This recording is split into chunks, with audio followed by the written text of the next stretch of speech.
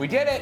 Project number 1 is done and it's awesome. We'll show you how we did it, give away some free tools, and we're gonna start a new one. But first, it's time for a make or break.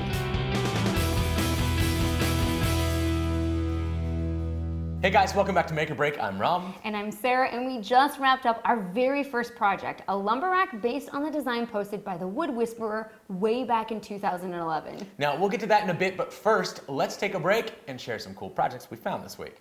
Now, when I first saw this shoe rack by Brad from Fix This Build That, I was absolutely convinced that it had a metal frame, but it doesn't. It's wood. It's just been finished with a process called Shoshugiban, and there's no way I'm saying that right. Now, essentially, you use a torch to burn the wood, wipe off the excess ash, and then use a coat of polyurethane to seal it all up. I have never set a woodworking project on fire, but this pretty much gives me permission. Thanks, Brad. No, it does not. Next, we head over to John Malecki's shop to see the timber frame project that he's been teasing on Instagram forever. Seeing John go big is nothing new if you've ever watched his videos, but this was a whole new level. He proudly boasts of making no less than 10 mistakes as he uses roughly 1,000 pounds of wood to build the perfect backdrop to his shop. I'm starting to think that we need a backdrop that big. Oh, no, we don't. I am not collapsing my spine just to make our backdrop look that cool. Although it is cool. Anyways, if you've never seen the work of the awesome Orange, you're really missing out. Sadie Mae makes some really creative furniture and has often inspired us with her very accessible projects. This week, she shared a new storage bench with a really unique texture that she creates with her rotary tool. Now, I really like the end result, but I'm terrified to know exactly how long it took to make all those dimples. And last of all, Rick from Woodwork Life designed a keyboard stand and a bench for his daughter. It was a fairly straightforward build, made primarily with a jigsaw and a couple sheets of plywood. Now, I'm particularly interested in this project because I too have a keyboard that sits on the floor and a daughter who needs to learn how to play. Wait a minute, you mean your 1-year-old? Yes. You're going to teach your 1-year-old to play piano? Well, not this afternoon, but yes. Every week we reach out to one of our favorite makers and ask them to share an example of a project where instead of tossing something out and buying something new, they chose to make something better. This week we have our buddy Sarah Listy from the Tool Girls Garage. Hey Sarah. Hi Rob, hi Sarah. Thanks so much for having me today. Huge congrats on the new show and the network, not to mention. So pumped for you guys. I feel like 2020 is going to be the year of belts and boxes. Today I'm going to run through just a really fun, quick, easy, functional project that I made for our home. So shortly after we bought this house, one of the big projects I knew I was going to have to tackle almost right away was our staircase. It was stained 7 different shades of orange. A bunch of the spindles were damaged, and so it needed a lot of love. So initially, you never know how to balance these projects. I did a lot of research, and one of the things that I discovered was if you buy your spindles in bulk, especially sets of 10, you can really save a lot of money doing so. I think I paid probably 1/4 of the price that I would have if I had walked into any big box store and bought them individually. What that did give me though was some extra spindles. It's always good to have a few extra on hand anyway when you tackle a project like that, because you know there's going to be a delay if you run into an issue. And odds are you will. Mistakes happen. That's part of learning as you're growing with DIY, and to really keep expanding your skill set, you've got to be open that you're going to make mistakes. So whenever I finished this project, I had a handful left over, and I knew that I was going to save them for something really fun. And I love taking stuff that's generally just considered trash and just making it into something really cool. So shortly after I finished that project, we had welcomed Jack, our dog, and we decided to take this hall closet and turn it into sort of a Jack room. About this project is literally the only new thing I purchased was hinges. Everything else was recycled from this project, and then I used just a couple pieces of scrap 2x4 to assemble it. Pocket hole joinery. It was really, really basic and really, really inexpensive. I use Forstner bits to drill the holes for these spindles to insert. You can easily use a spade bit as if you're on a budget, or if you do have the equipment, grab a mortising bit because you can get a perfect square hole for that. I use CA glue to mount them in. You can also use liquid nails or Gorilla Glue or any number of other adhesives. Even hot glue would have worked.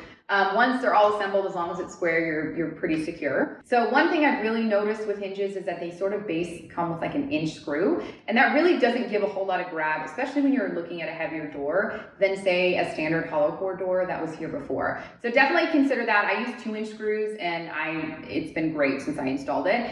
So So if you guys do decide to tackle this project, definitely go check out my Instagram. Here in the next 2 weeks, I'm going to be building a small gate that's going to be modeled really very similarly to this door, and a lot of the same principles and methods are going to be used. And feel free to message me with any questions you guys have, and of course go check out my website at toolgirlsgarage.com. Rob, Sarah, thank you so much for having me. I hope you guys enjoyed this quick rundown on this fun little dog door, and we will check in soon. Thank you, Sarah. Appreciate it. Now it's time to swing past Instagram for a few of our favorite posts from our favorite makers. April shared her final steps to building her enclosed garden, which included using her tractor to dump a pile of soil in each box. And finally, a well-deserved rest for both April and her chicken. Ben Ueda shares a build video of a sofa that was made in a single day using only a circular saw, drill, an orbital sander, and a couple pieces of ply. Marlon shared a really clever tip. Have you ever tried to paint a long piece of wood and keep it off the table? He used a few screws to suspend it between two tables, allowing him to easily rotate it and paint both sides at the same time. That's clever. All right, last one. Eric Curtis visited the Lore Woodworking School for a couple days this last week with a plan to build a box. And that's it. No other plans, just a box. He decided to just wing it and ended up with this perfectly beautiful bug box. It's project time. That's right. So last week, we pointed you to a video from the Wood Whisperer that detailed a simple but effective lumber rack. Here's how ours turned out. Now Mark's lumber rack was giant and took up a ton of space, while we only have a little bit of space. And a little bit of lumber, but it was easy to adapt it to our needs. We started out by screwing a cleat into the wall, making sure to keep it level. Then we cut and hung our vertical supports using the same construction screws and lag bolts that Mark recommended. So far, so good. Next, we set out to build the support arms, which are each made up of a 2x4 sandwiched between two pieces of plywood that screwed directly into the vertical supports. Now we don't have a handy miter station yet, so to make consistent cuts, we simply clamped our miter saw to the workbench, measured out our cut, and then screwed a couple blocks down to be our stop. That actually worked really well, but if we keep this up, we're going to end up with a workbench with more holes than we want. Eventually, we'll build some mobile blocks that we can just clamp down.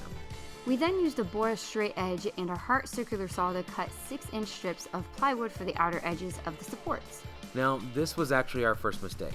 We forgot that our Hart miter saw has a capacity of 5.5 inches, so we couldn't cut all the way through and had to flip each piece to finish it off. It's not a huge deal, but next time I would definitely make those 5.5 inches instead. After we had our cut pieces, it was time to glue and screw.